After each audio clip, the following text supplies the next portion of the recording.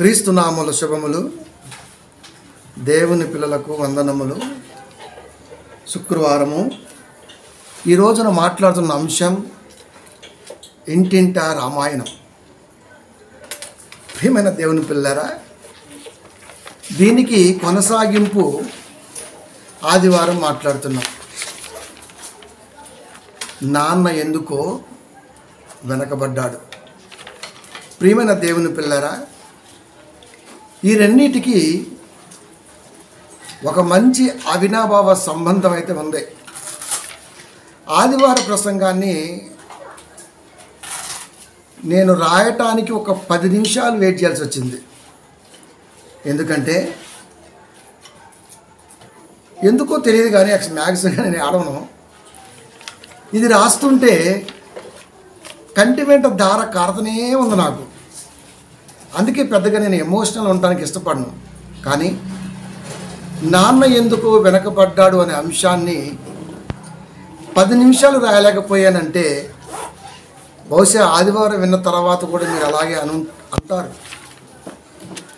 దానికి ముందు ఈ రోజున మాట్లాడుతున్న అంశమే ఇంటింటా రామాయణం.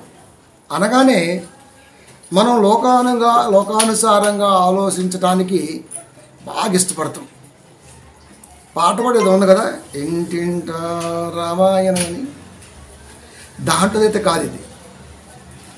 ఎందుకంటే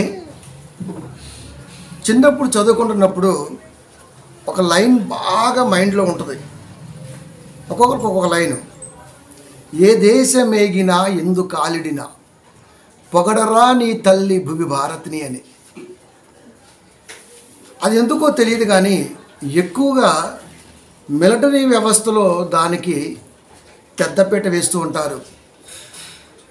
ప్రియమైన దేవుని పిల్లరా, అంటే ఎక్కడికి వెళ్ళినా మనం పుట్టి పెరిగినటువంటి ప్రాంతం ఏదైతే ఉందో భువి భారతిని పొగడాలి అని. ఇది పొగడాలి అంటే పొగుడుతున్నవాడు ఒక కుటుంబంలోంచి వస్తాడు. ఎవరైతే పొగుడతారో వారు కుటుంబంలోంచి వస్తారు. అంటే కుటుంబ వ్యవస్థ పటిష్టంగా ఉంటే తప్ప ఈ పాట పాడటానికి అర్హులం కాదు. కుటుంబం బాగుంటే సరిపోతుందా అంటే కుటుంబ వ్యవస్థ అనేది ఆ బిడ్డని ఆ రేంజ్లోకి తీసుకురావాలి అన్నది వాస్తవం. కనుక ప్రియమైన దేవుని పిల్లరా, అలాంటి వాస్తవ సంఘటనే ఈ రోజున మనం ఆలోచించకపోతున్నాం. ఎందుకంటే ఒక పౌరుడు ఎదగటం వలన దేశానికి మెప్పు ఉంటుంది, దేశానికి ముప్పు ఉంటుంది. మెప్పు అయితే ఓకే, ముప్పు అయితే కంప్లీట్ ఫెయిల్యూర్గా దేవుడు కుటుంబాన్ని చూపిస్తాడు. కుటుంబ వ్యవస్థలో లోపమే దేశ వ్యవస్థకి శాపమైంది. దేశ వ్యవస్థకి శాపమైందంటే ఫస్ట్ ఫెయిల్ అయింది మాత్రం కుటుంబమే. ఎందుకంటే మనకు తెలుసు, రామ యెరూషలేముకి 20 మైళ్ళ దూరంలో ఉన్నటువంటి ప్రాంతం. ఆ ప్రాంతంలో హన్న ఎల్కానా భార్యాభర్తలు. వారికి పిల్లలు లేరు. భార్య ఏడుస్తుంది. భార్య ప్రేమను గుర్తినటువంటి భర్త యెరూషలేముకి ప్రతి సంవత్సరం వెళుతూ తన భార్య మనసులో ఏముందో గుర్తెరిగి దాన్ని తీర్చే పనిలో మొక్కుబడిగా ఆనాడు రాసుకున్న ధర్మశాస్త్ర ప్రకారం బలులు అర్పిస్తూ దేవుడి దగ్గర పెడుతూ వస్తున్నాడు. ఇట్స్ ఎ వండర్ఫుల్ భర్త ఎల్కానా.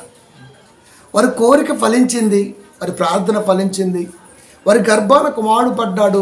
మనందరికీ తెలుసు, దీర్ఘదర్శిగా, న్యాయాధిపతిగా, ప్రపంచంలోనే మొదటి రాజుని, రెండవ రాజుని అభిషేకించినటువంటి వాడిగా సమూయేలు గారు కనబడుతున్నారు. ఇది రామాలో పరిస్థితి. అందుకే ఇంటింట రామాయణం అని పెట్టా. రామా నుంచి యెరూషలేముకి ప్రయాణమైన ఒక వ్యక్తి జీవిత గాథలో నుంచి తిరిగి మరలా మనం ఆదివారం నాన్నెందుకు వెనకపడ్డాడు అన్న దానికి అనుసంధానం చేస్తూ కొనసాగించాం ప్రసంగాన్ని. ప్రియమైన దేవుని పిల్లారా, కనుక ఆ బిడ్డ ప్రవక్తగా, దీర్ఘదర్శిగా, న్యాయ నిర్ణేతగా, 2 ప్రాంతాల్లో అద్భుతమైనటువంటి మహా వ్యక్తిగా సమూయేలు గారు ఎదిగారు అంటే ఎదిగించిన విధానములో తల్లి పాత్ర, తండ్రి పాత్ర ఎంత గొప్పగా ఉండాలో మీరు చూడాలి. మనందరూ తెలిసిన మాటే. సమూయేలు మొదటి గ్రంథము 2వ అధ్యాయము 26వ వచనము. బాలుడగు సమూయేలు ఇంకను ఎదుగుచు యెహోవా దయయందును మనుషుల దయయందును వర్ధిల్లుచుండెను. బాలుడగు సమూయేలు ఇంకను ఎదుగుచు. ఎక్కడ ఎదుగుతున్నాడో తెలుసా? ఒక దైవజనుడి దగ్గర. ఆ తల్లి కోరిక ఏంటో తెలుసా? నాకు మగబిడ్డనిస్తే వాడిని నీకే ఇస్తా. మీకు చాలాసార్లు చెప్పిన, మా అమ్మ అయితే కోరుకోలేదు కానీ మా నాయనమ్మ కోరుకుందంట. పుట్టిపోతున్న బిడ్డలు మా నాన్నకి 3వ వాడిగా నేను, వీడి బ్రతికితే నీ కొరకు నిలబెడతాను అంది మా నాయనమ్మ. మా అమ్మ అయితే అనుకోలేదులేండి, ఎందుకంటే మా అమ్మ ఎప్పుడు చెప్పలేమని. మా నాయనమ్మ చెప్పింది కనుక నన్ను నిలిపాడు దేవుడు. లేకపోతే నేను కూడా ఎప్పుడో టపాకట్టేవాడిని చిన్నప్పుడే. ముక్కు పెట్టడం చూసావా దేవుడికి. మనం కూడా చాలా చర్చిల్లో బిడ్డని దేవుడి దగ్గర పెట్టి పాడుకుంటూ ఉంటారు, కాటాలో పెట్టి. అంతే, దేవుడికి ఇస్తారు. మళ్ళా వాడు ఒక 70 రూపాయలకో 100 రూపాయలకో 1000 రూపాయలకో కెపాసిటీని బట్టి, ఫినాన్షియల్ యొక్క ఆ స్ట్రాటజీని బట్టి మళ్ళీ కొనుక్కొచ్చుకుంటాం. మనం కొనుక్కొచ్చుకొని వాడికి అద్భుతంగా ఒక మంచి పేరు పెడతాం, దేవుడి పేరే. కానీ వాడి బ్రతుకుల్లో ఆ పేరుకి న్యాయమే చేయట్లేదు.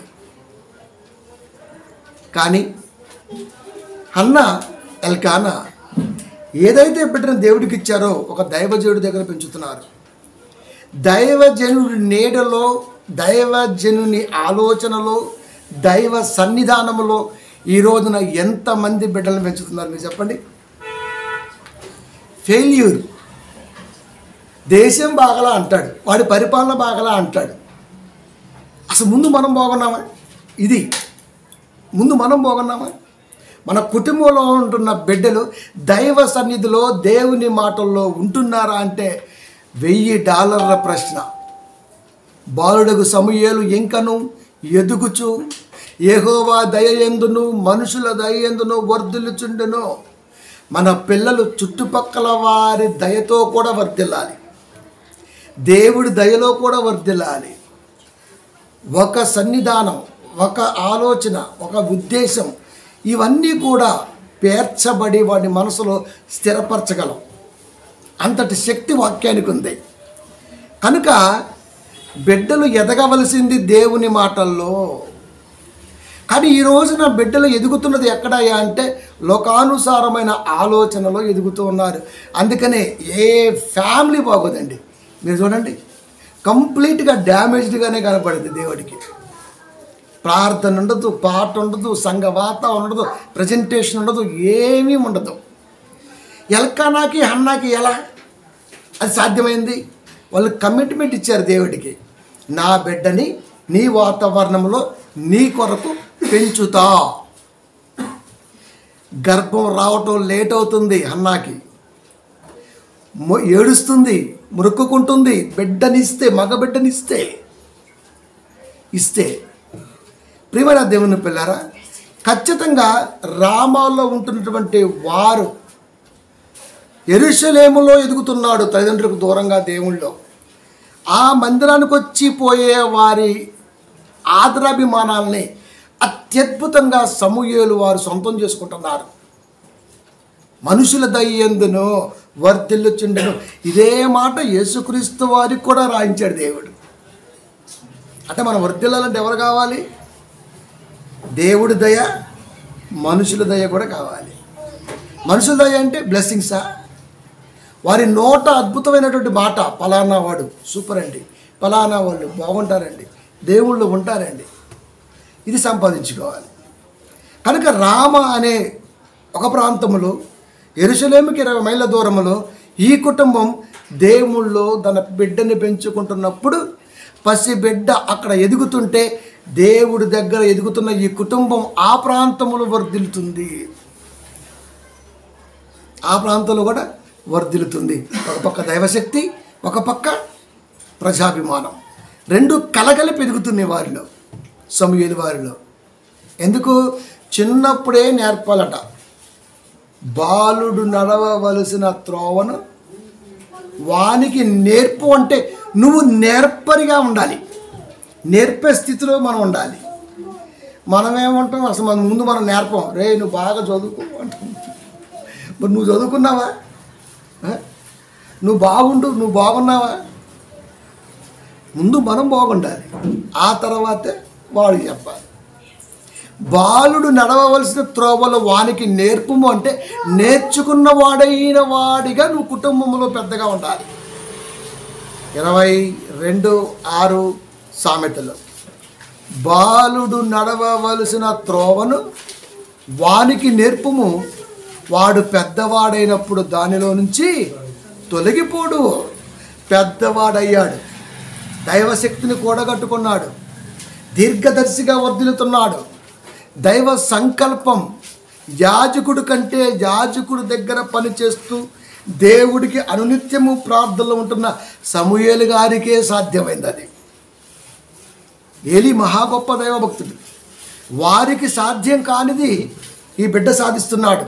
సమూయేలు దీర్ఘదర్శిగా, న్యాయ నిర్ణేతగా, దైవజనుడుగా, న్యాయ నిర్ణేతగా ఇజ్రాయేలు మీద ఉన్నాడు అంటే ఆ కుటుంబం పెంచిన పెంపకం ఎంత గొప్పది.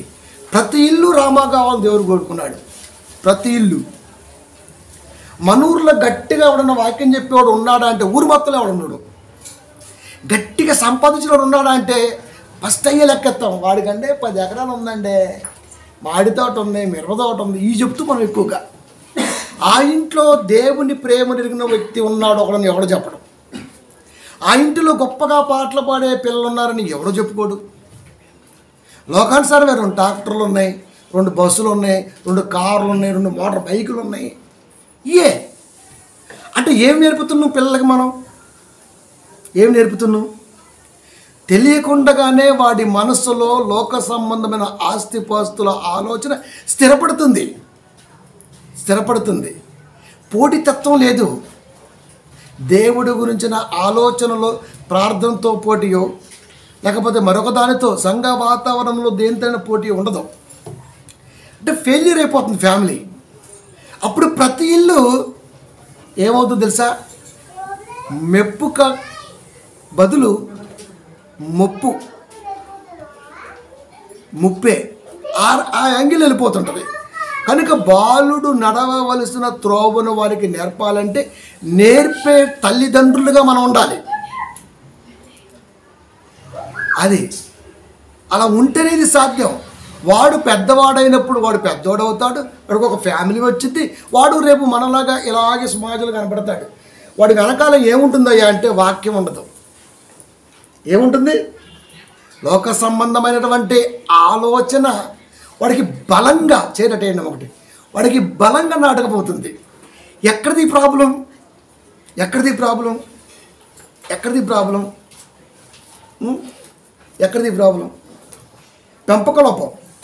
పెంపకలోపం.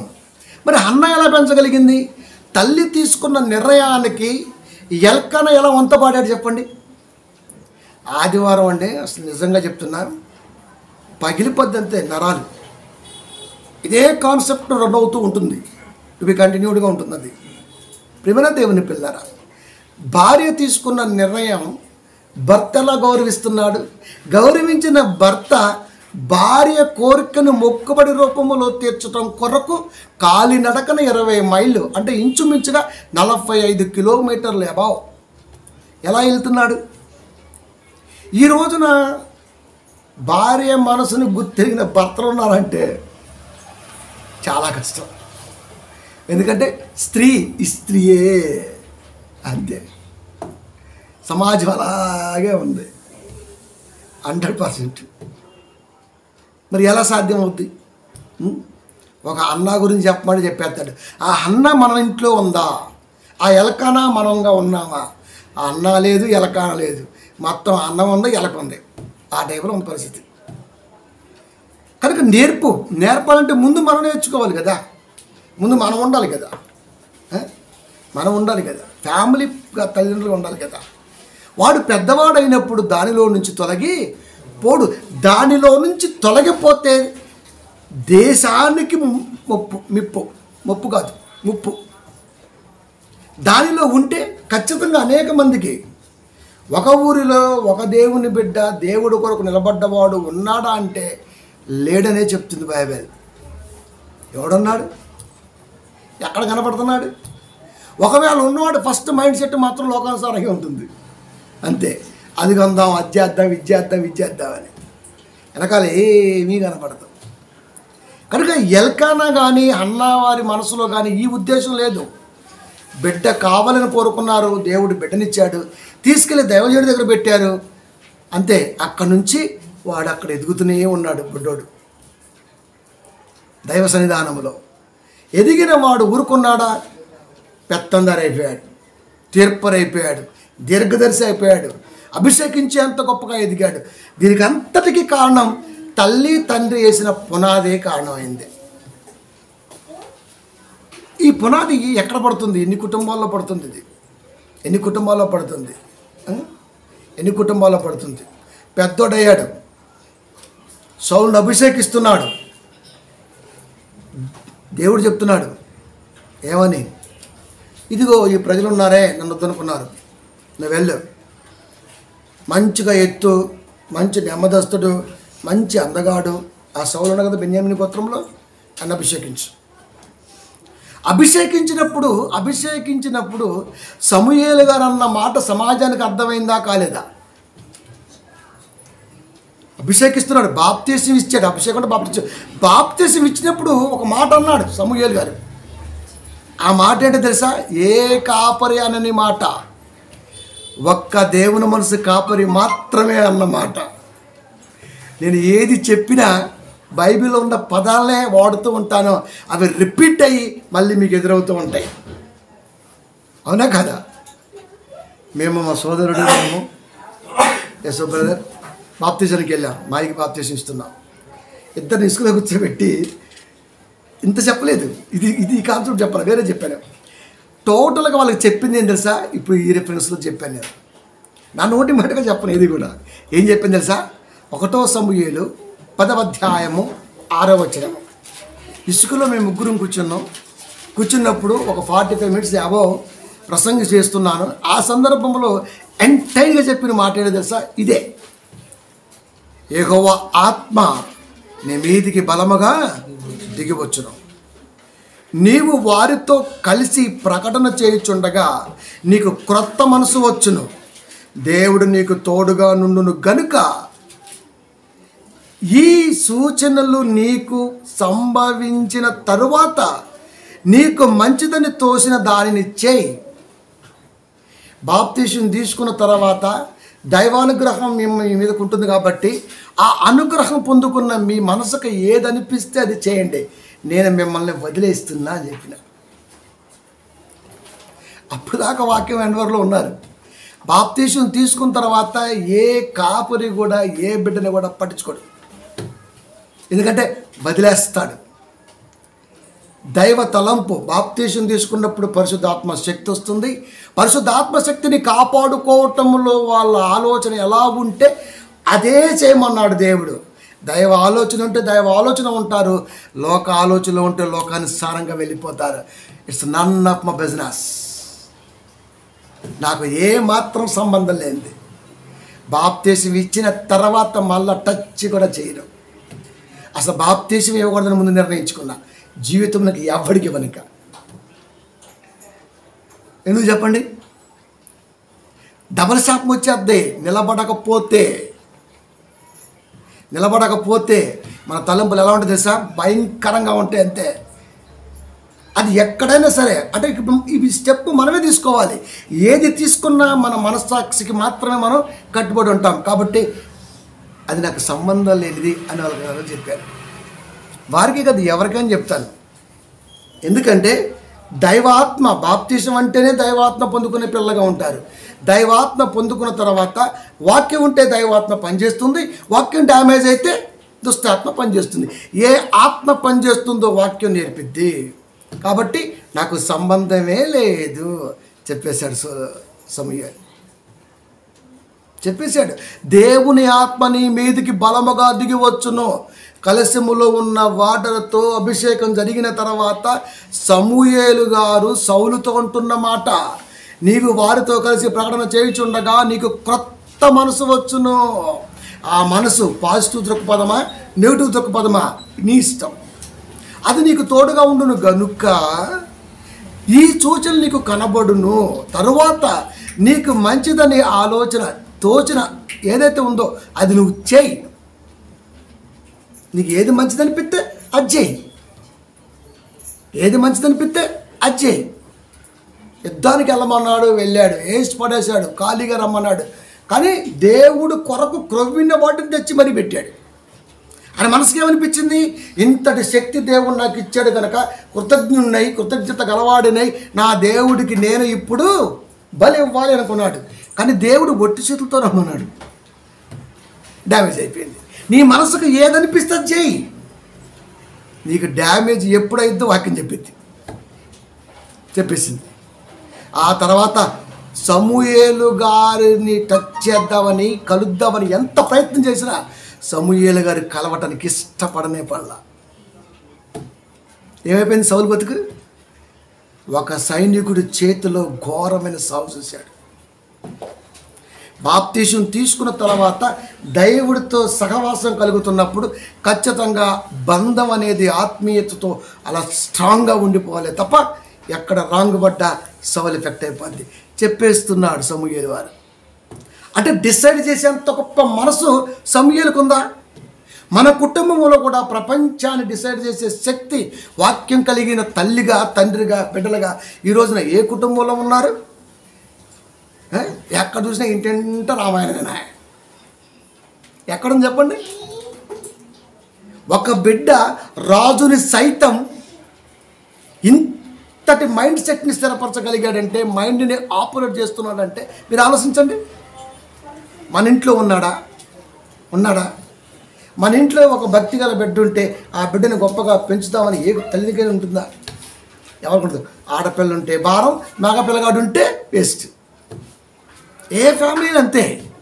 వాళ్ళు పుట్టింది దైవ అంశతోనని, వాళ్ళు దేవుడి కొరకు బ్రతకాలని, ఈ మధ్యలో ఏదైనా సరే ఆటంకం కలిగితే ఒక కుటుంబ పెద్దగా ఏరుతో సహా పీకేద్దామని వాక్యం కలిగిన వాడికి ఆలోచన ఉన్నట్టుగా మనకు ఉందా అంటే, ఎలకన అంత భక్తిపరుడు కాకపోయినా, అంత వాక్యం తెలిసిన వాడు కాకపోయినా, భార్య భక్తిలో తను పాలు భాగస్తుడై భార్య కోరుకున్న దానికి వంత పాడుతూ దేవుళ్ళు ఒక బిడ్డని పెంచి దీర్ఘదర్శిగా నిలబెట్టగలిగాడంటే రామలో ఆ కుటుంబానికి ఉన్న విలువేంటి, మన ఊరిలో మనకున్న కుటుంబానికి ఉన్న విలువేంటి? మా ఊరిలో మా నాన్నగారికి ఉన్న విలువేంటి అంటే తాగుబోతు వెంకటేశ్వర్లు. ఇట్స్ వండర్ఫుల్ నేమ్ అండి అది. అబ్బా 15 సంవత్సరాలు 20 సంవత్సరాలు ఇని అల్లాడిపోయింది నా ప్రాణం. అడ్రస్ చెప్పాలంటే ఫస్ట్ అది చెప్పేవాళ్ళు. అడ్రస్ చెప్పాలంటే అదే సిగ్నేచర్. అది మార్చలే. ప్రపంచకములో ఓడైనా నాకు వాక్యం తెలుసంటే నన్ను దాటిపోవాలి నేను బతికొండగా. ఎనీ కాన్సెప్ట్ మస్తు సార్లు చెప్పినా కదా. నేను నాతో పోటీ పడితే నిద్రలో కూడా మానేస్తా. అది కళ్ళలో కూడా బైబిల్ రాస్తా నేను, తెలుసా? ప్రియమైన దేవుడు, అంత కసి ఉంటుంది నాకు. ఎవడైనా వస్తాడని అనుకుంటే చాలు ఖచ్చితంగా బ్రేక్ వేస్తా. ఒక్క ప్రసంగాన్ని 100,000 చెప్తా. అంతటి జ్ఞానాన్ని దేవుడి దగ్గర పొందుకున్నా. అది ఆషామాషిగా రాలా. దానికి ఎంత కష్టపడ్డామో, ఎన్ని రాత్రులు నిద్ర కాసామో, నిద్ర కాసి చూసిన అమ్మగారికి మాత్రమే తెలుసు. సగర్వంగా చెప్పగలను. ప్రియమైన దేవుని పిల్లారా, అందుకే చెప్తున్నా. కనుక అంతటి స్థితి చెప్పేశాడు. ఏమని? ఈ సూచనలు నీకు సంభవించిన తరువాత. ఏ సూచనలు? క్రొత్త మనసు వస్తుంది నీకు. అది చెడుకు దారితీస్తుందా, మంచికి దారితీస్తుందా? It's van. నువ్వే చేసుకోవాలి. అది ఒక దైవజనుడిగా, ఒక ప్రవక్తగా, దీర్ఘదర్శిగా అభిషేకించిన తర్వాత నాకు సంబంధమే లేదు. నువ్వేమైపోతావు నువ్వే నిర్ణయించుకో. రాజు కాస్త ఏమైనా తెలుసా, సైనికుడి చేతులు మరణం చూశాడు. వాడికి ఏ మనసు వచ్చింది? నేను రాజును కదా, నాకేంటి తక్కువ అనుకున్నాడు. కానీ దేవుడు డిసైడ్ చేసిన తర్వాత ఏదైనా కొదవగానే ఉంటుంది. దెబ్బ తగిలితే వెనక్కి తిరిగి రాదబ్బా. వచ్చిందా సౌలుకి? ప్రతి ఇల్లు రామాలో అన్న ఎల్కానా ఇల్లుగా ఉండాలని దేవుడు కోరుకున్నాడు. కానీ ఎక్కడుంది? లోకానుసారంగా కనపడుతుంది. ఇంటింట రామాయణం, అంతే కదా. అభిషేకం జరిగింది, ఆలోచన జరిగింది, ముందుకెళ్ళిపోతుంది. చివరికి ఎక్కడికి దారి తీసింది అయ్యా అంటే, సమూయేలు గారికి ఎన్నిసార్లు కబురు పెట్టినా సౌలు ముఖం చూడటానికి ఇష్టపడినంత వెళ్ళిపోయాడు. ఏం జరిగి ఉంటుందంటావు? క్రొత్త తలంపు వాడి నాశనానికి దారి తీసింది కదా. యోహాను సువార్త 3వ అధ్యాయము 34వ వచనము, ఏలయనగా దేవుడు తాను పంపిన వానికి కొలత లేకుండగా అతనికి ఆత్మను అనుగ్రహించును గనుక అతని దేవుని మాటలే పలుకును. కొదువ లేకుండగా ఆత్మను అనుగ్రహిస్తాడు. ఎవరికి? దేవుడు తాను పంపిన వానికి. దేవుడు తాను పంపిన వాడికి. నిజంగా దేవుడు పంపితే ఈ లోకానికి వచ్చామా? దేవుడు పంపితే ఈ లోకానికి వచ్చామా? వాడు అంటాడు, ఒకడు నాస్తికుడు, దేవుడు అనేవాడు, నేను మా అమ్మ మనానికే పుట్టినా, దేవుడికి ఎందుకు పుట్టినా అంటాడు. వాడు డబుల్ PhD చేశాడు. మళ్ళా హైదరాబాద్ యూనివర్సిటీ నుంచి డాక్టర్ డిగ్రీ వచ్చింది వాడికి. అంటే దేవుడి మీద వ్యతిరేకంగా మాట్లాడితే డిగ్రీ ఇస్తారా? ఏడబెట్టుకుంటాడు ఏంటి డిగ్రీని? ఏడబెట్టుకుంటాడు. దేవుడు తాను పంపిన వారికి. నిజంగా దేవుడే పంపాడు వీడినంటే కొలత లేకుండా ఆత్మానుగ్రహం ఉంటుంది వాడికి. అంటే కొలిసేది ఉంటుంది. ఇంకా వాడు మొదలు పెడితే వాక్యం బరబ్బర్ మహాసముద్రం దించేస్తాడు, అంతే లోతులు దించేస్తున్నాడు. మన వాళ్ళు ఉన్నారు ఇంకా 3 నెలల పాస్టర్లో, 30 రోజుల పాస్టర్లో. 30 రోజులు ఇంగ్లీష్ నేర్పబడును, అస్సలు రాదు. నీకు ముందు బేస్ ఉంటే కదా, అచ్చులు అల్లులు తెలిస్తేనే కదా ఏ పదం ఎక్కడ డూ డిడ్ డస్ అంటున్నారు. అది ఎక్కడ పడాలో మనకు తెలియదు కదా. ఇవన్నీ ఎప్పుడు తెలుస్తాయి? ఇంట్రెస్ట్, కావాలనే కోరిక, దాని మీద మనకి నమ్మకం. ఫస్ట్ మన మీద మనకు నమ్మకం ఉంటే కదా చేయగలనా, ఏమో అయితే కాదు, ఆడ అయిపోయింది కదా. మహమ్మద్ గజ్ని భారతదేశం మీద 17 సార్లు దండయాత్ర చేశాడు తెలుసా. 17 సార్లు చేశాడు, 1 కాదు 2 కాదు, గెలుద్దామని చేశాడు. కానీ మన రాజశేఖరుడు మాత్రం ఆపేశాడు. 400 సైన్యముతో 4000 సైన్యాన్ని ఆపగలిగాడు. చరిత్ర చెబుతున్న నిజం. ప్రియమైన దేవుని పిల్లారా కాదా? మొత్తం వచ్చేస్తున్నారంతే తొండలుగా వచ్చేసింది ప్రవక్త కాడికి, ఎలీషా దగ్గరికి. ఏంటి మ్యాటర్? ప్రభువా మామూలుగా లేదు. అవునా, పని చేయండి, తినేసి ఇస్తాకులు పెట్టినాడు, అంతే. తింటున్నాను, ఇస్తాకులు పెట్టేస్తా ఉన్నాను. ఏమైంది? వీళ్ళకు కూడా సైన్యం బాగానే ఉంది, జ్ఞానం. కనుక దేవుడు తాను పంపిన వానికి కొలత లేకుండా ఆత్మను అనుగ్రహించును. నిజంగా దైవానుగ్రహం ఉన్నవాడు ప్రసంగిస్తే ట్రాక్ ఎందుకు తప్పింది ఈరోజు చెప్పండి? ఏ ప్రసంగికుడు ప్రసంగం చేసినా ఖచ్చితంగా 30 సెకండ్లు దాటినాక ట్రాక్ తప్పిందని చెప్పగలిగే ఏకైక దైవజనుడు మనం. వాడు ఎవడన్నా కానీ ట్రాక్ తప్పిందని చెబుతా నేను.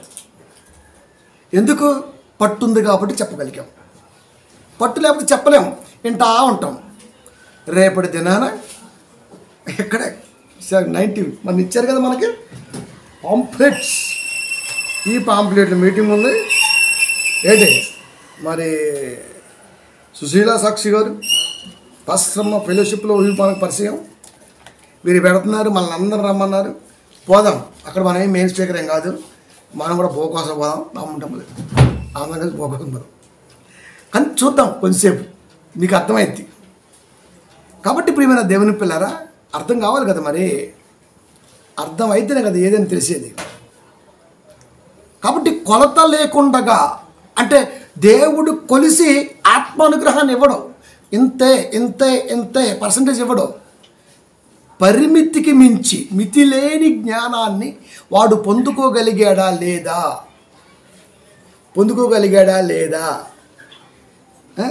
ఒక్కొక్కడు చెబుతుంటాడు 7 మాటలు. అసలుకి ఈ మాట ఏమో ఫస్ట్ మాటే 7 మాటలకు వెళ్ళిపోద్ది. ఫస్ట్ మాటే నేడు నీవు నాతో కూడా పరదేశంలో తిప్పుతా ఉంటాడు. 7 మాటలు గిర్ర తిరుగుతుంటాయి. 1వ మాట దాంట్లోనే, 2వ మాట దాంట్లోనే, 3వ మాట దాంట్లోనే, 7 మాటలు దాంట్లోనే. అదేమంటే దేవుడి మాటలేగా. అబ్బా, దీన్ని ఏమంట తెలుసా? అద్దె జ్ఞానం. అది సరోగసి ద్వారా పుట్టినవాడికి వచ్చే తెలివితేటలు లాంటివి అన్నీ. నువ్వు ఏమడిగాడు దేవుడు? A+B² అంటే A-B కూడా వస్తావా దాంట్లో? A+B² అంటే అంతే, దానికి ఏం సంబంధించింది అదే సూత్రం రాయాలి తప్ప ఇటు A-B+C³ ఆ సూత్రం కూడా దీంట్లో రాసేస్తాడు. అది కూడా సూత్రమే అంటాడు. మళ్ళా ఇలాంటి వాళ్ళు ఎక్కువైపోయారు సువార్తలో. అడిగిన కంటెంట్ ఏంటి, వాడు ఏం అడుగుతుండు, వాడు ఏం క్వశ్చన్ చేస్తున్నాడు, వాడు ఆలోచన ఏంటి, ఏం ఉండదు ఇంకా. అంటే అర్థం ఏంటి? దేవుడు వాడిని పంపలేదు. అది నేను పంపకపోయినా వచ్చారు వాళ్ళే. ఆ బాపతే దేవుడు ఎందుకు రాశాడు ఈ మాటని? దేవుడు తాను పంపిన వానికి కొలత లేకుండా ఆత్మను అనుగ్రహించును గనుక ఆయన దేవుని మాటలే పలుకును. అంటే లోక సంబంధమైనటువంటి మాటల్లో దేవుణ్ణి కూర్చోపెట్టడ్డు. అయిపోయింది. ఈ రోజున 99% బాపత అదే కనబడుతుంది మనకి. మొన్న ఒక ఆమె అంటుంది, ఏమని, టీవీ పెడదామంటే వాంతులు వస్తున్నాయండి, వాడు చెప్పి అదే చెబుతున్నాడు, వీడియో చెప్తుంది, ఎన్ని ఛానల్ మార్చినా ఏమవుతున్నాయి అన్న. అప్పుడు నేను తీసేసి సబ్స్క్రైబ్ అయితే నేను చేయలేదు. ఇగో ఇదేం చెప్పిన. ప్రియమైన దేవుని పిల్లరా, కొలత లేని దైవ జ్ఞానాన్ని పొందుకునే కుటుంబంలో పెద్దవారిగా మనం ఉన్నామా ఈ రోజున? మనం ఉంటేనే ఈ ఆలోచన అనేది పిల్లల్లో నిలబడిపోతుంది. లేకపోతే అందరూ అవలాగాలు అవుతారు. అది అప్పుడు ఇంక దేవుడికి లాభం. కళలో కన్నా దేవుడు లోకానికి పంపి ఆయన కళ్ళగంటుంటే ఇటు లోకంలో కళ్ళగంటా ఉంటాడు నిద్రపోయి. అది చేద్దాం, ఇది చేద్దాం, అది చేద్దాం, ఇది చేద్దాం అంటాడు. 65 ఏళ్ళు దాటినాక కీళ్ళు జాయింట్లు జరుగుతాయి దూరంగా. అప్పుడు అతుక్కో కిర్ర శబ్దం వచ్చేస్తుంటుంది, లోపల గమ్ము బరస్ట్ అయిపోద్ది. అంతే, ఇంకా ఎన్ని ప్యాచ్లు వేసినా సెట్ అవుతుంది. ఇంకా అప్పుడు ఏం చేస్తాడు? కూర్చుంటే కిర్రు మడుతుంది, లేస్తే టిపట పాడుతుంది. ఇంకేం పని చేస్తాడు? కాల్షియం లోపం. ఇప్పుడు ఏం చేయాలి చెప్పండి? ఏం చేయాలి? కానీ వాళ్ళు అలా ఆలోచించలేదు.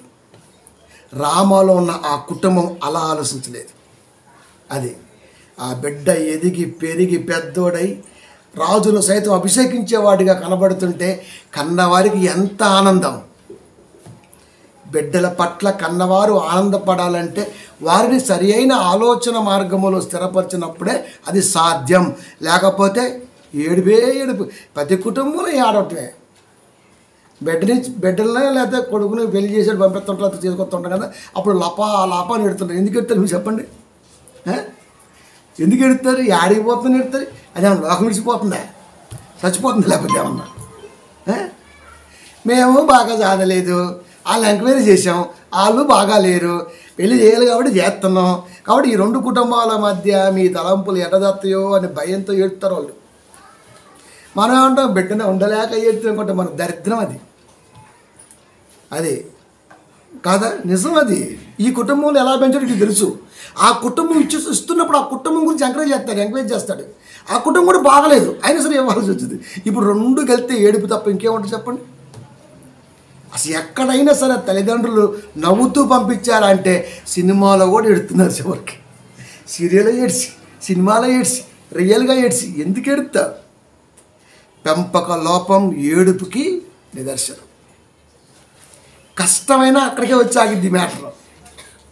అది మా బిడ్డల్ని సగర్వంగా సాదాం, సగర్వంగా పెంచాం, ఒక మంచి స్థితి ఇచ్చాం, దేవుళ్ళు గొప్ప పునాది వేశాం అంతే అని ఏ ఫ్యామిలీ అనుకుని చెప్పండి ఈ రోజున? ఏ ఫ్యామిలీ అనుకోదు. ఆ 2 ఎకరాలు కొన్నా, నీకు 1 ఎకరం దాసిన అని పంచుతా, ఈ పంపకాలన్నీ ఇప్పుడే చెబుతున్నాడు వీడు. కానీ వాళ్ళు ఏం చెప్పట్లా, కుటుంబ సంగతే చెప్పట్లా.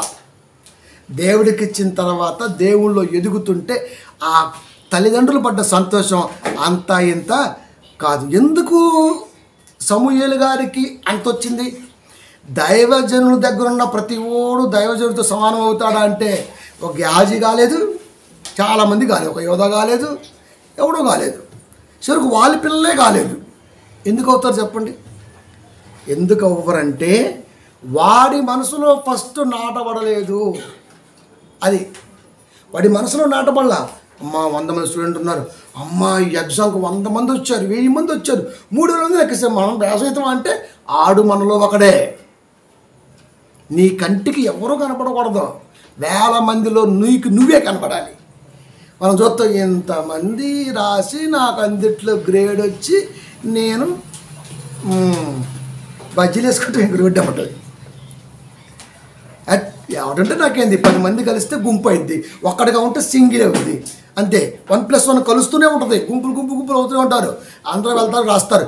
ఎవడు రాస్తున్నది కదా ముఖ్యం, నేను రాశానా లేదా.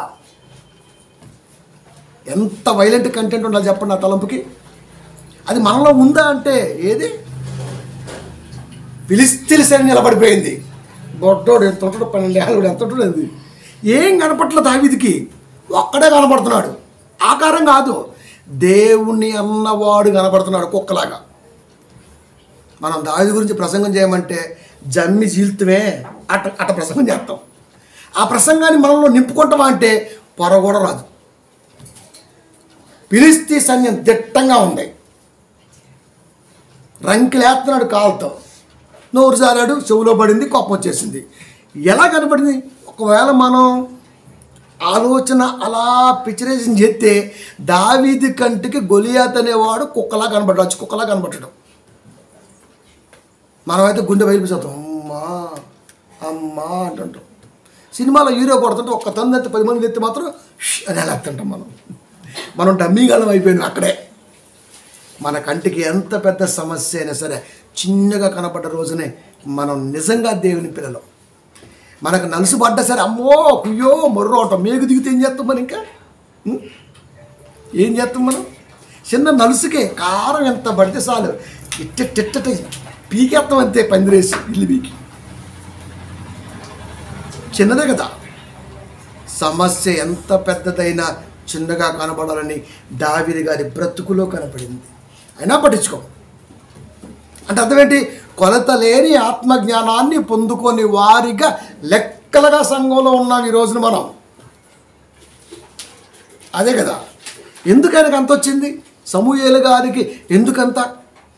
ఏలీ గారికి దక్కంది 70 ఏళ్ళ భక్తి గల జీవితంలో ఏలీ గారికి దక్కంది, సమూయేలు గారికి ఎందుకు దక్కింది చెప్పండి? సమూయేలు గారు దేవుణ్ణి ప్రేమించాడు కనుక. 1:9 హెబ్రీ, నీవు నీతిని ప్రేమించితివి, దుర్నీతిని ద్వేషించితివి, అందుచేత దేవుడు నీ తోడి వారి కంటే నిన్ను హెచ్చించున్నట్టుగా ఆనంద తైలముతో అభిషేకించెను. బాప్తీసం అంటే అర్థం ఏంటి? దేవుడు నిజంగా ఆనందపడాలంట. అబ్బా ఈ బిడ్డ బాప్తీసానికి వచ్చాడు, తీసుకున్నాడు, అసగిడికి మితిలేని కొలతలేని జ్ఞానాన్ని ఇద్దామంటే వీడు దొరికితే దేవుడికి. చిన్నప్పుడు కనుక తల్లి బొవ్వ కలిపి పెడుతుంటే బొడ్డోడు ఉరికిచ్చినట్టుగా దేవుడిని రోజు ఉరికిస్తున్నాడు వీడు. అది పట్టుకో దమ్ముంటే అని. ఆట అట్టే ఉంది దేవుడి దృష్టిలో కదా. కనుక నీతిని ప్రేమించితివి కనుక, నీతిని ప్రేమించితివి కనుక, దుర్నీతిని ద్వేషించితివి, అందుచేత దేవుడు నీ తోడివాడి కంటే నిన్ను హెచ్చించున్నట్టుగా ఆనంద తైలంతో అభిషేకించును. బాప్తీసం తీసుకున్నాడంటేనే నీ తోడి వారందరికంటే నిన్నే గొప్పగా హెచ్చించబోతున్నా. దాన్ని నిలబెట్టుకున్నవాడు ఎవడు ఈ రోజున? మన తోడి వారు కూడా దేవుళ్ళలో బాప్తీసం తీసుకున్నారు. దేవుళ్ళు ఉన్నారు. మనం కూడా తీసుకునే సమయానికి వాళ్ళందరికంటే నిన్ను హెచ్చించేవాడిగా దేవుడు చూడాలి అనుకున్నాడు. కానీ మనమే హెచ్చించబడాలన్న ఆలోచనలో చూపిద్దాం అనుకుంటాం మనం. ఇదే మైనస్ మనకి. దేవుడు రెక్కల కింద నువ్వు ఉంటే ఎవరికి కనపడవు. అదే దేవుడు రెక్కల ఒక్కసారి ఇసిరి అవతలేస్తే నువ్వు కనపడతావు. కానీ ముందు ముందే మనం నేను మెగాస్టార్ అయిపోవాలా, నేను రెబల్ స్టార్ అయిపోవాలా, నేను ఆ స్టార్ అయిపోయి ఏ స్టార్ కావు నువ్వు. చివరికి నన్ స్టార్, గుర్తింపు లేని నక్షత్రం అయిపోతాం మనం కదా. దేవుడు నీ తోడి వారి కంటే నిన్ను హెచ్చించున్నట్లుగా ఆనంద తైలముతో అభిషేకించెను. అది అభిషేకించును. దేవుడు నన్ను అభిషేకించింది నా తోడి వారి కంటే అధికంగా. ఇది ఎవరి విషయం నెరవేరింది? కంటి ముందే కనపడ్డాడు కదా సౌలు అలియాస్ పౌలు. నా తోడి వారి కంటే నేను ఘనుడను అన్ని విషయాల్లో. చివరికి దేవుళ్ళకు వచ్చిన తర్వాత కూడా పేతురు వారిని సైతం ఎదురుబడి కేఫా అంత్యకు వచ్చినప్పుడు ఎదురుబడి మాట్లాడిందంటే ఒకసారి ఆలోచించండి. కేఫా అద్భుతమైన ఆలోచన గలవాడు కాబట్టి పౌలుని మనసును గుర్తిరిగాడు. నిజమే, అందుకే ఆ పదం రాశాడు ఆయన. ఆయన చెప్పిన కొన్నిటిని గ్రహించుట చాలా. మరి చదువుతున్నావు, నువ్వు బాగానే చదువుతున్నావుగా. నాకు తెలిసి ప్రపంచ ప్రీచర్స్లో ఎవడో పౌలు గురించి చెప్పలేడు. నువ్వు చెప్పిందల్లా రాయాల్సిందే చెప్పావు. కానీ పేతురు రాసింది నీ కంటి ముందు పెట్టి నువ్వు ఏది గ్రహించాలో ఆ మాట చెప్పాడు. అది అతను చేసినటువంటి వాటిలో కొన్నిటిని గ్రహించుట చాలా. మరి మనం గ్రహించామని చెబుతున్నాం మనం. నేను అన్నీ గ్రహించాను, నేను అన్నీ పౌలు గురించి చెప్పంటే ఒక్కొక్కరు మడతెడతారు. ఇంకా మాస్తో పెట్టుకుంటే అంటాడు. అంతే. వీళ్ళు చెప్పేవన్నీ రాయబడ్డ మాటలే. రాసిన అక్షరాల వెనక రాయబడని అక్షర మాలిక చెప్పాలి. అది బైబిల్ అంటే. ఈరోజు ఎవరు చెప్తారు అట్లా? పౌలు అండే అంత్యకు వచ్చినప్పుడు అండే ఆడుందగా అండే ఆడుంది కదా, అటు చదువుకునేది ఏంటి?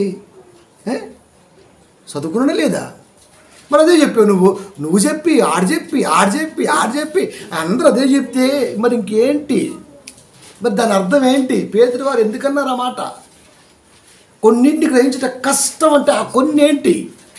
ఎక్కడుంది ఆ కొన్నిటి పదాల పేతురు అర్థం? ఎదుగుతామా అంటే మనకంత టైం లేదు. మనం బిజీ. పొద్దున పడి పోయామంటే సాయంత్రం 5-6 కొత్త మనం ఫుల్ బిజీ. మనం వచ్చిన కాంచి ఒళ్ళంతా అలిసిపోయి యూట్యూబ్ పెట్టు, సినిమా పెట్టు. ఏ సినిమా? శుక్రవారం వస్తాయిగా పెట్టు. అంతే. ఇక తినుకుంటాం. ముక్కులో పోద్దు, నోట్లో పోద్దు లేదు. ఇక గిట్టా నిద్ర వాళ్ళు అలారం పెట్టుకుంటాం. మామూలు మనం లేస్తామా? అలారం పెడితే అది లేపాలి, అది లేపిద్ది. కానీ మనం లేస్తామా? మళ్ళీ గిట్ట అంటుంది దాన్ని. అది కిక్ మడదు అంటే గొంతు కోసేస్తుంది. అది శరీరాన్ని ఎంతగా సాధేస్తున్నాం అంటే అడ్డే మామూలు క్రైస్తవులు కాదు నాయన వీళ్ళు. అది ఇది నీ మాట వినని రోజున ఇది భూమి మీద ఉండకూడదు. ఇంకా దేహం నీ మాట వినకపోతే దీన్ని భూమి మీద ఉంచకూడదు, మట్లు కప్పేలా. అలాంటి ఆలోచన గలవాడు ఎవడు? బ్రతుకుట క్రీస్తే, సావైనా బ్రతుకుతున్న క్రీస్తు కొరకు. తేడా వస్తే సచ్చినా పర్లేదు, ఈ దేహం ఉండకూడదు. ఇంకా క్రీస్తు కొరకు బ్రతకని ఈ దేహం ఎదుటివాడికి కనబడకూడదు. అది అమ్మో నా పిల్లల కోసం బతకాలా, మా ఆయన కోసం బతకాలా, ఇంకా ఆస్తి కోసం బతకాలా, ఆస్తి పంపకాల కోసం బతకాలా. దరిద్రం అంతా ఏడేది వచ్చింది. Entire Christianity. క్రైస్తవుడు అంటేనే లోకానికి పిల్లర్. వీడి పిల్లర్ కాదు, ఐస్ పుల్లర్. అది దేవుడు చూడలే. నీ గ్రామంలో నీ అనేక కుటుంబాలలో, గ్రామం అంటేనే ఆల్మోస్ట్ మేజర్ గ్రామం అంటే 3000 ఓట్లు ఉంటాయి. చిన్న కుగ్రామమైనా, మిడిల్ గ్రామమైనా, ఏ గ్రామమైనా గ్రామంలో కనీసం 500 కుటుంబాలు ఉంటాయి. ఈ 500 కుటుంబాల్లో నీ కుటుంబం అంటూ స్పెషల్గా కనబడిద్దా? నలుగురితో అటు, అందరం కలిసి ఇటు. అది మనం ఏమంటాం? సచ్చినాక మనం మోయడానికి నలుగురు కావాలరా. అవసరం లేదు, మూట కట్టేసి ఒక్కడ లేకపోతున్నాడు ఈ మధ్య. అది ఇంకా నలుగురు ఎక్కడ పోని వస్తున్నారు, మంచి దాంట్లో వేస్తున్నారు, మూట కడుతున్నారు, క్రేన్కి పెడతారు, దాంట్లో ఎక్కేస్తారు, కాల్చేస్తున్నారు అంతే. ఒక్కడే సామెత వాక్యానికి విరుద్ధంగా ఉంటుంది.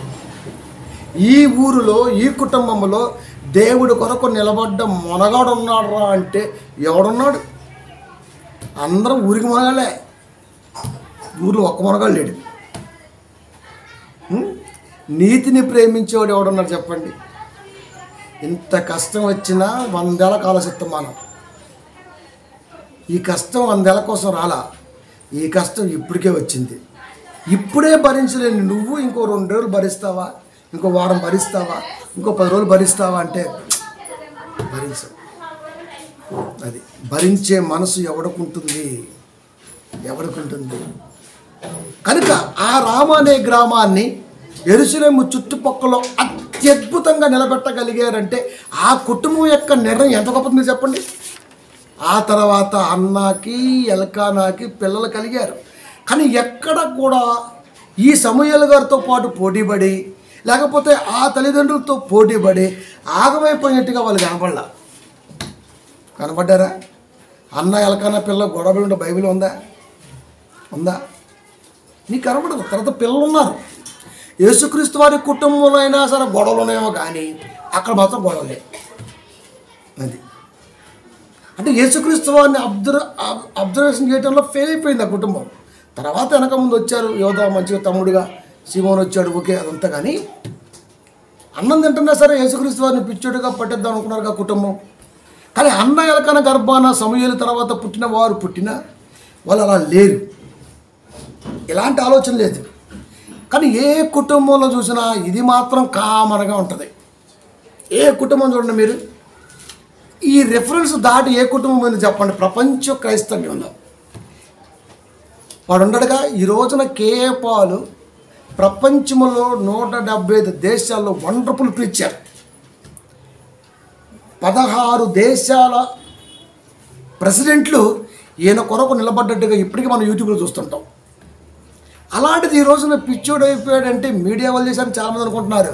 మీడియా వాళ్ళు ఎవరు చేయరు. మీడియా వాడు హైప్ చేస్తే ఆగితే అవ్వడం, తగ్గిస్తే తగ్గడం. వాడు ఎందుకయ్యాడో తెలుసా? మంగళగిరి దగ్గర 18 కిలోమీటర్ రాయి దగ్గర వాడి కొడుకుతోనే వాడి తండ్రిని చంపించాడు. నా కొడుకు తెలుసా మీకు ఆ విషయం?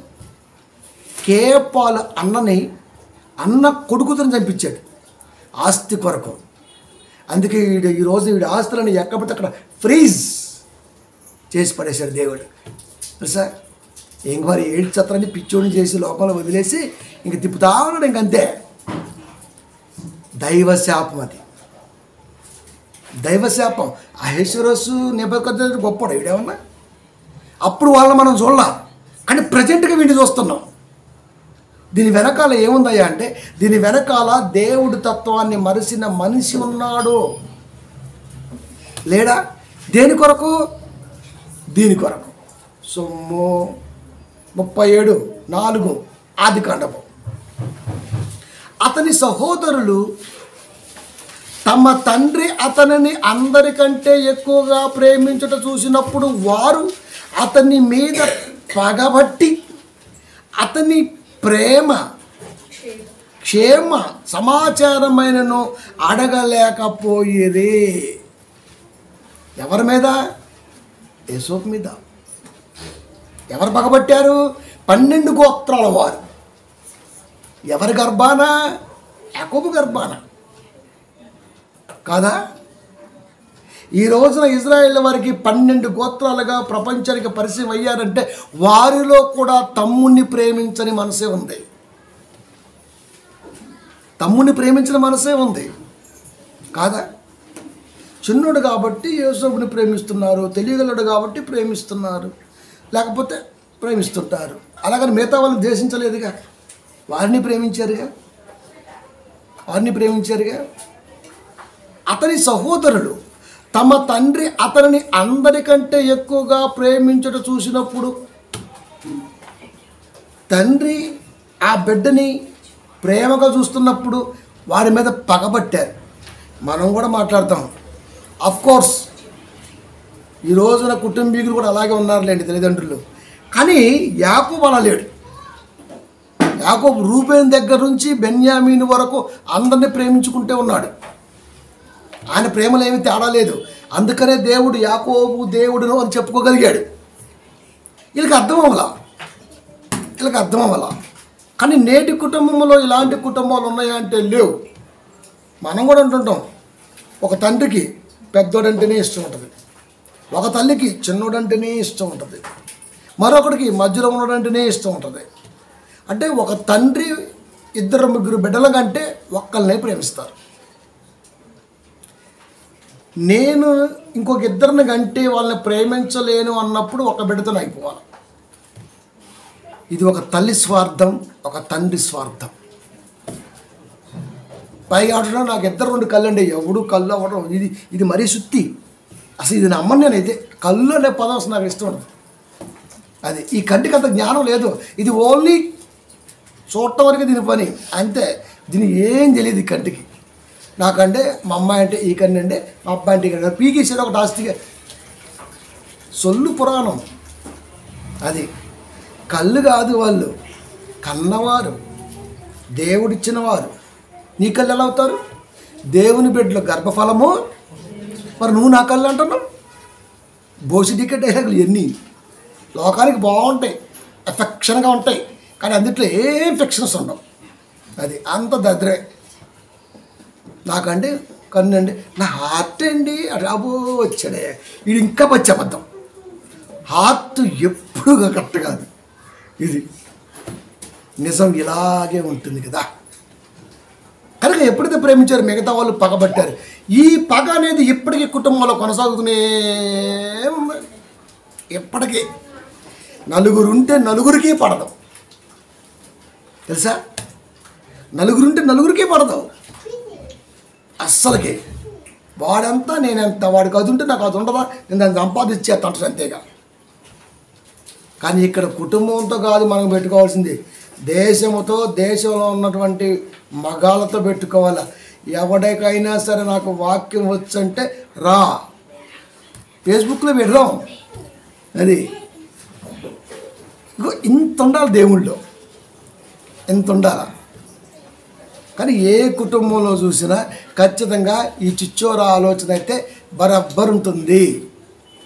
అది ఎక్కువగా పిలిచినప్పుడు వారు అతని మీద పగపట్టి అతని క్షేమ సమాచారమైనను అడగక, ఎలా ఉన్నారు, బాగున్నారా, ఆహా ఎన్ని అడగరు. ఇంకా కుటుంబాల మధ్య ఈ రోజున ఇలాంటి కమ్యూనికేషన్స్ డైలాగులు ఉన్నాయా? అన్నదమ్ముల మధ్య, ఆత్మీయుల మధ్య ఉన్నాయా?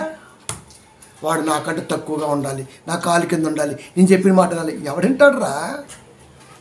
గౌరవించుకోవడం నేర్చుకోవడం తప్ప నా కింద ఉండాలి, నా పక్కన ఉండాలి, నాతో ఎన్ని కాదు. రెస్పెక్ట్ అనేది మనలో లేకుండా పోయింది. అది దేని బట్టి?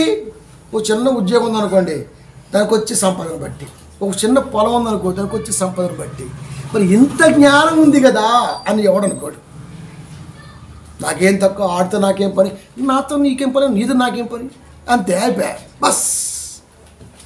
ఇంకేముంది అక్కడ? రా మరి వాక్యం దగ్గర రా, ఒక సభ ఏర్పాటు చేద్దాం, 1 కోటి రూపాయలు పెట్టి, ఓడితే ఇంకో 1 కోటి ఇచ్చేస్తాను. ఇది పందెం అంటే. ఆహా, లోకానుసారం వాడికి తర్ర ఉంది, నాకు ఇది ఉంది, వాడికి అది ఉంది, నాకు ఇది ఉంది. ఇంకా ఈ పోలికలు ఉన్నంత వరకు మనిషి ఎప్పుడు దేవుళ్ళో ఎదగడు. ఈరోజు అది లేదు. ఏ కుటుంబంలో ఒక తండ్రి గర్భాన పుట్టిన బిడ్డల మధ్య ఇలాంటి కమ్యూనికేషన్స్ లేవు. ఎంత గొప్ప చూడండి, దేవుడు ఎంత గొప్ప మంచి మాట. ప్రతి ఇంట ఇదే రామాయణం. ఏ ఇల్లే చూడండి, ఊర్లో కలిసి ఉన్నారండి ఇల్లంటే అస్సలు కాదే కాదు. కానీ ఒక హన్నా కుటుంబంలో కనబట్ల. బైబిల్ మొత్తములో ఎన్నోసార్లు చెప్పాను మీకు, బైబిల్ మొత్తములో దేవుడికి దూరంగా ఉన్నటువంటి వారు ఉన్నారంటే హన్నా పెంచిందండి. అది చివరికి మరియా యేసుక్రీస్తు వారి కుటుంబంలో కూడా తర్వాత గుర్తిరిగా, కానీ ఫస్ట్లో మాత్రం అలాంటి స్ట్రగుల్సే ఉన్నాయి. కానీ ఇక్కడ మాత్రం కనబట్ల. ఎందుకు మీరు చెప్పండి? పెంపకం, బిడ్డల పెంపకం. మిగతా వాళ్ళు ప్రవక్తలు అయ్యారా అంటే అవసరం లేదు, ఇంటికి ఒకటి చాలు. ఆడి మాటలో ఊరే ప్రయాణం చేస్తున్నప్పుడు ఇంట్లో వాళ్ళు ప్రయాణం చేయరా చేయరా చేయరా మనకంటే నేనే ఎక్కువైపోవాలా, అది బయలుదేరింది. రోగం మొహంది. ఇప్పుడు ఇద్దరికే పోయింది మొత్తం మచ్చ. ఇప్పుడు కూర్చొని ఇద్దరు పేకాడుతున్నారు. నువ్వు మొక్కే నేను మొక్కేస్తాను, నువ్వు మొక్కే నేను మొక్కేస్తాను. అది ఏది ఒక తల్లి గర్భాన్ని పుట్టిన వారికి ఏది కాంక్ష, లోక సంబంధమైనటువంటి ఆకాంక్ష, దైవ భీతి లేకపోవటం, లోక సంబంధమైన ఆలోచనలు బలంగా ఉండిపోవటం, దేవుడికి అవమానకరంగా ఉండటం, ఆ కుటుంబం శాపం అయిపోవటం, చెప్పే పెద్ద ఆయన లేకపోవటం, ఇవన్నీ మైనస్లు అయ్యాయి. కాలేదా? అయ్యాయి ప్రియమైన దేవుని పిల్లరా, అయ్యాయి. కనుక ఎక్కువగా ప్రేమించడం చూసినప్పుడు వారు అతని మీద పగబట్టి అతని క్షేమ సమాచారమైనను అడగలేకపోయిరి. తమ్ముడు ఎలా ఉన్నాడు, బాగున్నాడా, తమ్ముడు ఎలా ఉన్నాడు, ఆహా అన్నంటే ఈరోజున తమ్ముడు వారడు, తమ్మంటే అన్నవారడు, అక్క తమ్ముని వారదు, తమ్ముడు అక్కడ వారడు. వీళ్ళంతా ఒకే తండ్రికి గాలిగా పుట్టుంటారు. సక్రంగా కాపురం చేస్తే పుట్టిన బిడ్డలు అయితే కాదు. ఇల్లు ఎక్కడో మొత్తానికి సాతాను దెబ్బేసింది. అలా ప్రియమైన దేవుని పిల్లరా, ఈ కుటుంబంలో ఇలాంటిది ఉన్నప్పుడు ఆ కుటుంబంలోంచి దైవ ప్రేమతో పైకొచ్చేవాడు ఎవడుంటాడు? ఒకడు పైకొస్తే వెనకాలలో చేయుతనివ్వాలి. ఆహా, ప్రపంచంలో ఉండదు. ఎందుకంటే దెయ్యము నజరు ప్రతి మనిషి మీద పని చేస్తూనే ఉంటుంది. ఏది ఉపయోగపడుతున్నట్టు వాడి మనసు వెళ్ళిపోద్ది. అంటే గెలవాలంటే ఇది నీకేంటి, ఏం తప్ప నీకు, నీకు అది ఉంది. మరియు దేవుని వాక్యం ధరించుకోవద్దు అంతే. చిరస్త్రానం వాడికి చిరస్త్రానము అని వీళ్ళిద్దరి మధ్య దేవుడు చిరస్త్రానం ఉంటాడు. హెల్మెట్ తలంపులో దేవుని ఆత్మజ్ఞానాన్ని కొలత లేకుండా దేనినైనా సరే ఎటు కాకుండా ఛేదించవచ్చు. బాధ దేవుడు దేని లెక్కలు తీర్పు ఏ కుటుంబానికి అందకుండా ఉండటం చేస్తుంది దెయ్యం. కానీ మరి అన్న ఎల్కానా ఎందుకు దాని బారిన వల్ల? భీతి ఎక్కువ, భయం ఎక్కువ. తన బిడ్డ దేవుడు ఎదుగుతుంటే కుటుంబాన్ని వెనకాల తీసుకొచ్చింది తప్ప ఎక్కడ దాని గురించి ఆలోచన చేయకుండా ఉన్నదంటే ఆమె ఎక్కడ? ఈ రోజున పిల్లలకు ఉన్నటువంటి మనం ఎక్కడ? పొందనెక్కడ?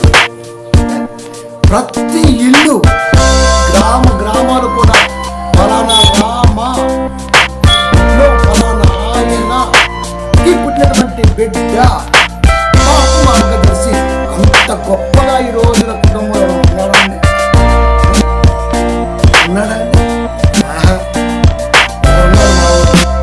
ఊరికి పక్కన పోరాడు తండ్రికి ఇద్దరు కొడుకులు, ఒక బిడ్డ. ఆ బిడ్డ నాకు ఇద్దాం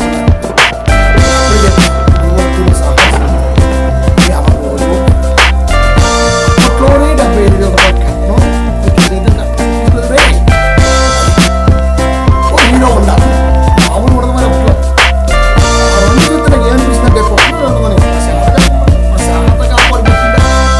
మొత్తం బండి పెట్టారు. బోర్డు ఎంత పడుతాయో అత్తగారు పెట్టింది కంటి ముందు కనపడితే దోమలు వచ్చేయాలి కంట్లోకి.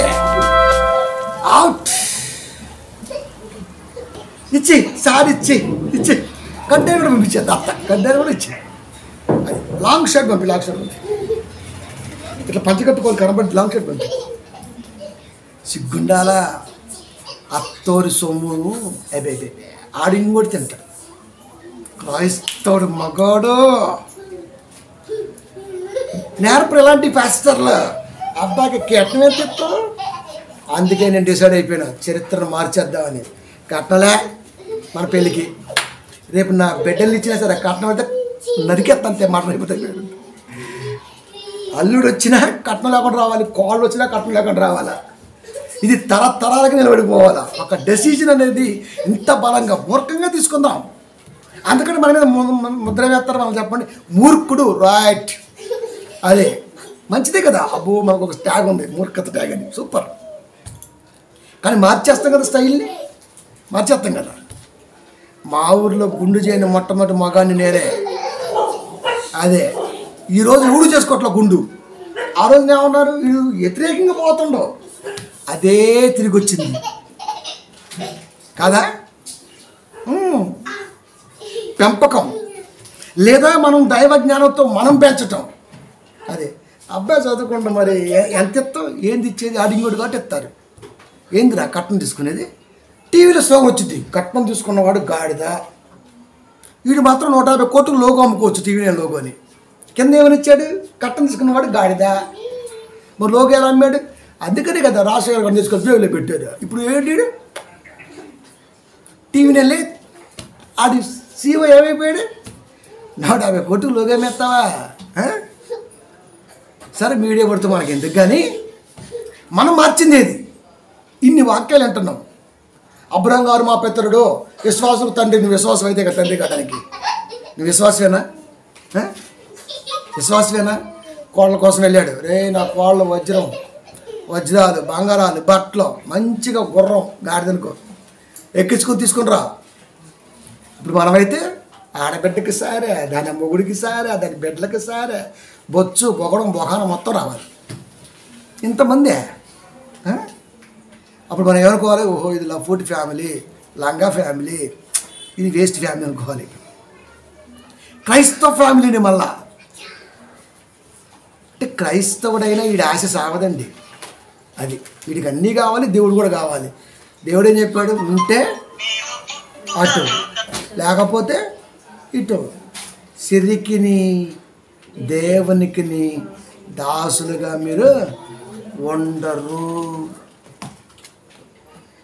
ఉంటారా?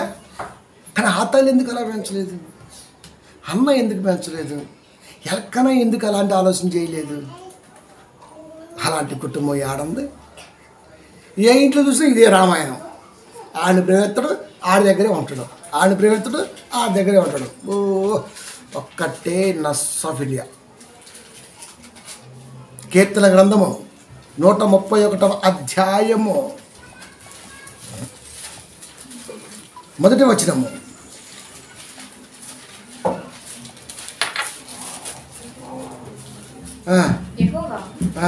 నా హృదయము అహంకారము గలది కాదు, నా కన్నులు మీదు చూచినవి కావు.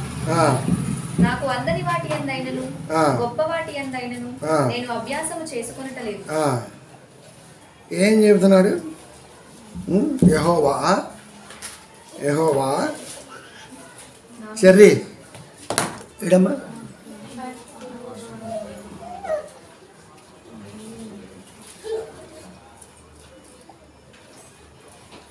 యెహోవా నా హృదయము అహంకారము గలది కాదు. ఒక్క నిమిషం చెప్తున్నాడు. యెహోవా నా హృదయము అహంకారము కలది కాదు, నా కన్నులు మీది చూసినవి కావు. మన కన్నులు ఎప్పుడు పైకి వస్తాయి చెప్పండి? మన కన్నులు ఎప్పుడు పైకి వస్తాయి చెప్పండి? ఎప్పుడూ చూడని స్థితి అన్ఎక్స్పెక్టెడ్గా చూస్తే ఆటోమేటిక్గా మనం ఆ రేంజ్లో ఆలోచిస్తుంటాం. మనం అది ఆటోమేటిక్గా అమ్మగారు నాన్న ఉన్నాడు, మామూలు రేంజ్లో మెయింటైన్ అయ్యింది.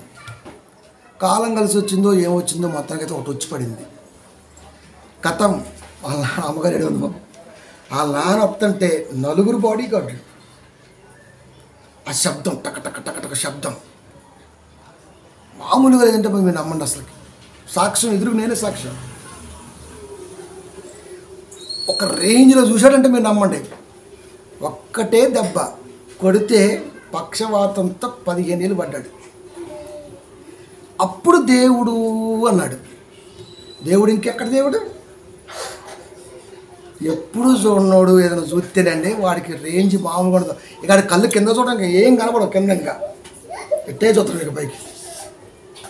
కానీ నీ కళ్ళు కంటే పైన ఒకడు ఉన్నాడు, వాడి పేరే దేవుడు. ఒక్కటి కొడితే నేలకు వచ్చి పడతాం, బాడీ డ్యామేజ్ అయ్యి కదా. ఎన్ని ఉన్నా ఎంత వస్తున్నా నీ కళ్ళు ఏ మాత్రం పైకి చూడకూడదు. దాన్ని అహం అన్నాడు దేవుడు. అహంకారము కలది కాదని అర్థం ఏంటి?